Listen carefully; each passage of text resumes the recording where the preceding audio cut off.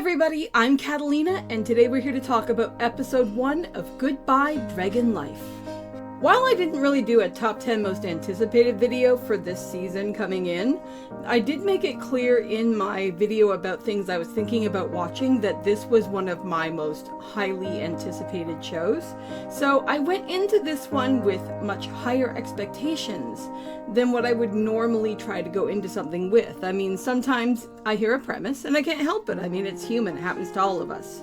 And as I got past the absolute gut punch of an opening, which was really strong, I'll say that, and moved into the first half of the show, alarm bells were starting to go off because I'm like, there is nothing happening here and I am falling asleep.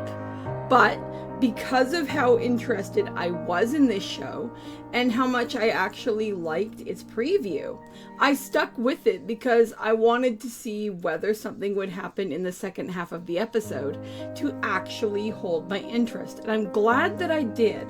I don't necessarily think that this had the strongest opening of the season, but when Celina got introduced and she and Dolan started working off of each other, things definitely vastly improved. So that's how you're still getting a video for this one, because holy crap, halfway through I was like, am I making a video for this? Because the opening, I'll talk about that in a minute, was incredible and so sad.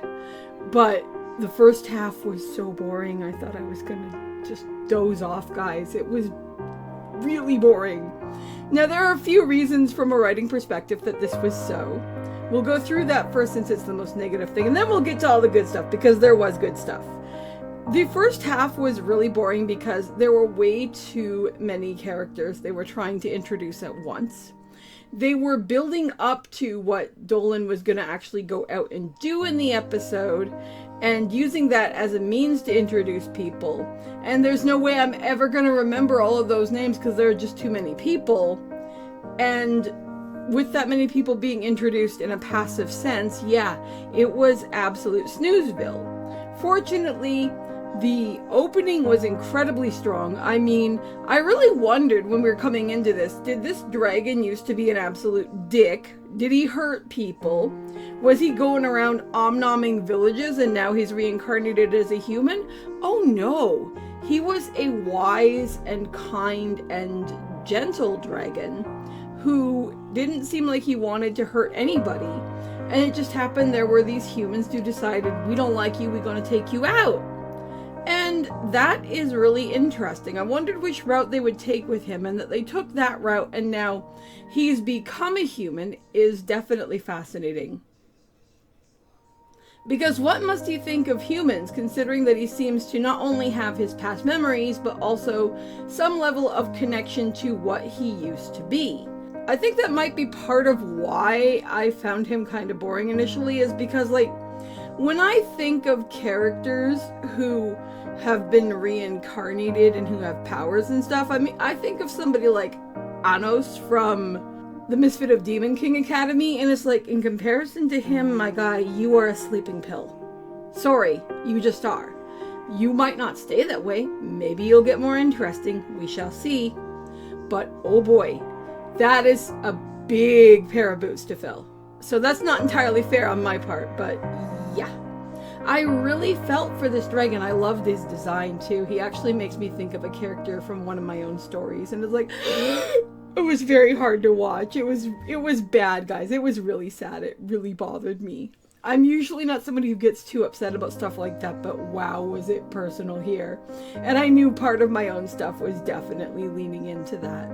But once we dealt with that, and once we got past the, as I said, sleeping potion of the first half, once Celina came in and they were dealing with the earth elemental, and we were learning about properties of the world, we were learning more about the lamias. Oh my god, how many times am I gonna call these people llamas this season? I'm scared.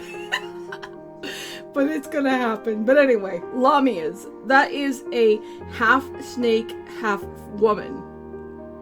There are different types of snake creatures throughout mythology. My personal favorite are nagas, which can be male or female, but lamias are traditionally girls. And I mean, they do a fantastic job of explaining how those work and everything inside of this. The fact that her kiss, if the person isn't strong enough, can poison them and everything. So, I mean, with any luck, she and Dolan are gonna wind up together, even though we do see them part ways at the end of the episode. And oh, please bring her back, because she is very, very interesting, and I love the balance between the two of them. Bring her back quickly. Do not take long on that, because him by himself, he is nachos, she is the cheese dip. Sorry, she's the one with the flavor. She was the interesting character of the duo. He was the more stoic and more neutral. So, holy crap, please work on that. But the battle between them and the elemental was really fun. We also get to see certain aspects of Dolan's dragon abilities. First off, in his strike when he attacks the elemental. Also when he actually tries to give Celina some life energy. And holy crap, dude, he almost knocked her out. I also want to say that I super love her design. She is so cute. I love the fact that she actually has her little tail and everything, and it's just so precious. I didn't really notice that so much in the previews, but oh my gosh, in the show, she is just absolutely precious. And I really love how sweet and innocent and carefree her personality is, and then how much more calm and neutral he is. I mean, because he seems to have carried over his understanding of the world from when he was a dragon, he doesn't seem like he gets as phased as other people would. So I think they definitely need each other to bounce off of. By herself, she would probably be too cutesy and would get sugary and annoying, and by himself, he is like cornflakes. He's bland. So they definitely need each other if they're going to be interesting. But I think we have an interesting overall story world here to investigate. I look forward to learning more about the world building and lore of this place, and more about what is actually going on in this village and what other things are happening, and whether the earth elemental was a one-off situation or whether there are more sinister underlying problems that are going on. I also look forward to seeing more about Dolan learning magic. I like the little girl, I think her name was Ari or something. She was very cute, and I thought her design was really adorable. So definitely more of her, please. But yeah, overall, this is not as strong as I thought it was going to be initially, but I mean, it's only episode 1, and I'm more than glad to give it another round. So I thought I'd pop up a video talking about it and just share what I thought.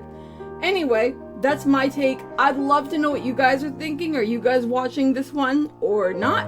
Please let me know in the comments below, and I'll talk to you in the next video. See you later. Bye!